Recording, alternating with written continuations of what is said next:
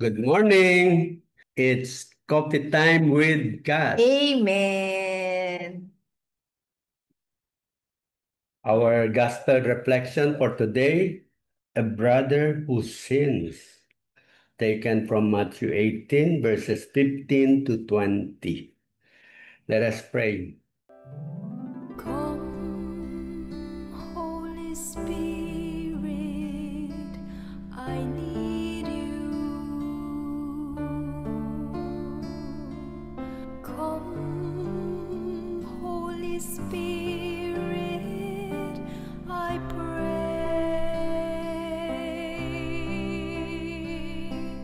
Come with your strength and your power. Come in your own special way. Come like a spring in the desert. Come to the weary of soul. Oh, let your sweet healing power touch me and make me whole. A reading from the Holy Gospel according to Matthew. Jesus said to his disciples, "If your brother sins against you, go and tell him his fault between you and him alone. If he listens to you, you have won over your brother. If he does not listen, take one or two others along with you, so that every fact may be established on the testimony of 2 or 3 witnesses. If he refuses to listen to them, tell the church. If he refuses to listen even to the church, then treat him as you would a Gentile or a tax collector. Amen, I say to you, whatever you bind on earth shall be bound in heaven, and whatever you loose on earth shall be loosed in heaven. Again, amen, I say to you, if 2 of you agree on earth about anything for which they are to pray, it shall be granted to them by my heavenly Father. For where 2 or 3 are gathered together in my name, there am I in the midst of them." The Gospel of the Lord. To To you, Lord Jesus Christ. There I am in the midst of them. Parang dito pinapakita, no, 'di ba yung una sinabi dito, pag may problema ka, kausapin mo. So parang importante kay God yung may kasama, may witness, no? Siyempre, una ikaw muna. Pag hindi nag-umubra,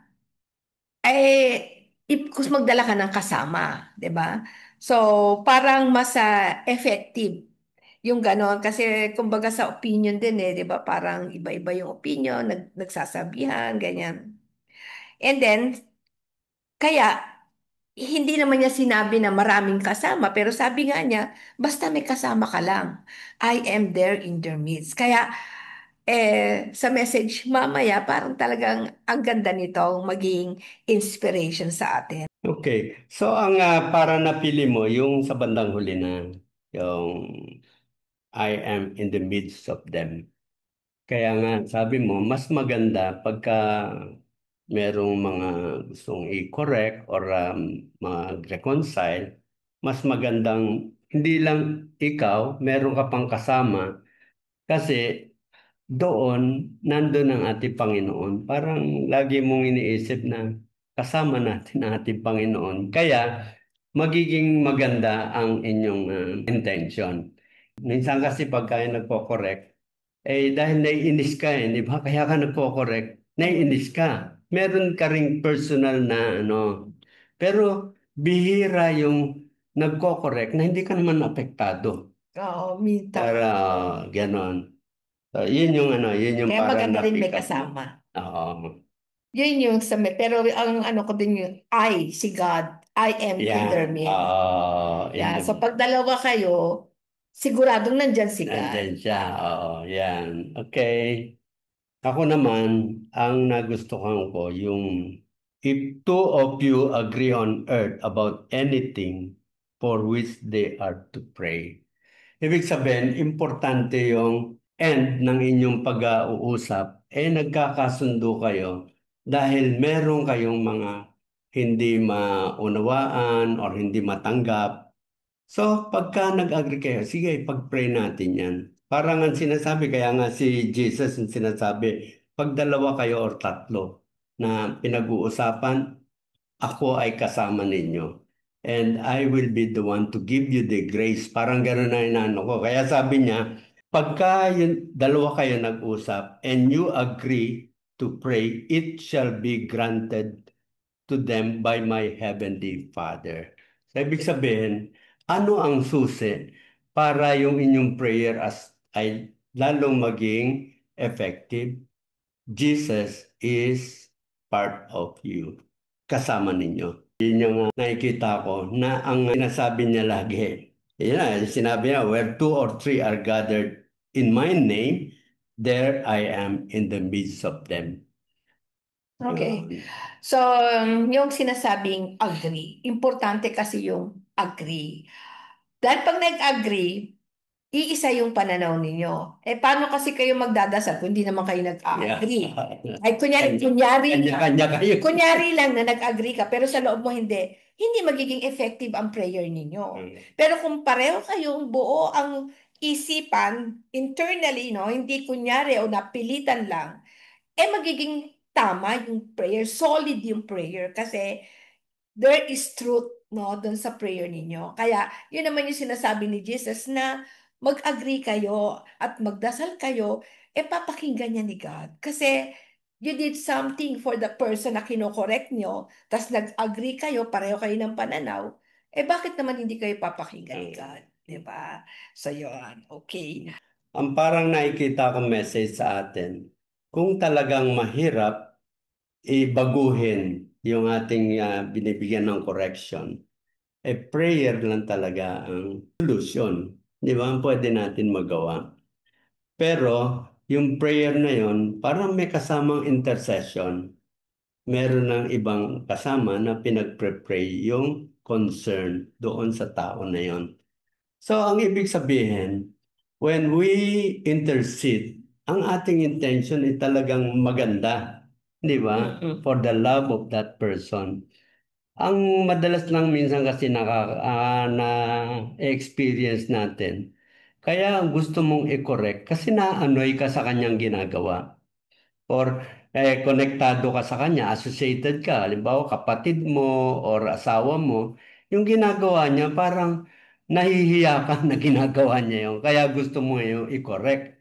Di ba? So now, dahil yung correction hindi nagsimula sa parang ang intention ko is really para maging maganda yung kanyang pananaw sa buhay, yung kanyang ginagawa, mabanggit na o ganon. Pero kaya ako siya kinokorek kasi naiinis ako sa kanya na naapektuhan ako or nahihiya ako.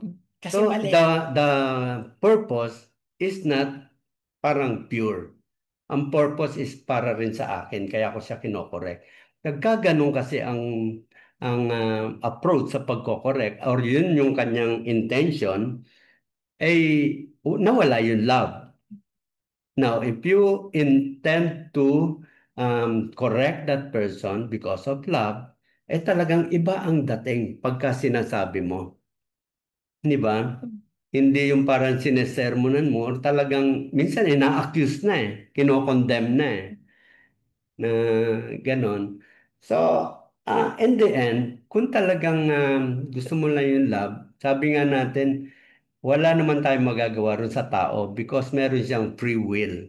Kung meron siyang free will, that means, minsan na-justify niya yung kanyang ginagawa, di ba? Kaya lalong nag-aaway Now, kung gano'n ang prayer na lang ang kahihinatnan nun. Yan. So, yung sabi ni Jesus diyan, kaya tayo nagsama, so that yung dalawa na yun, para makita niya, talaga naman parang mahal mo, kaya mo kinokorek. Pero yung dalawang yon can also tell you na parang naman kasing masyado mo siyang kinokondemn, no? nababalikan ka rin. Why hindi nagbabago yung kanyang sinasabihan? Kasi mahirap talaga mag-correct eh. Hindi mo alam yung taong ko-correct mo kung tatanggapin yun o hindi. Mamaya yung pa'y maging cause ng pag-aaway ninyo, 'di ba? Eh, sino naman masaya ngayon doon? Yung demonyo, kasi nag-away kayo eh, 'di ba? So, maganda to na parang tingnan natin para bago tayo mag-correct, maraming proseso, may dasal, may intervention, lahat. Para at the end, no, kahit maganda yung motive mo, at the end, pagkasama mo si God, eh, hindi ka sisingitan ng demonyo. Alam mo naman ang demonyo, eh, lahat na ng pagkakataon sumisingit yan. So anyway, so yun yung parang nakita ko dun sa correction. Power of prayer pag 2 or 3 are gathered in my name. Okay. Okay? Yeah. Yeah. So again, see you tomorrow. In our coffee time with God. Amen.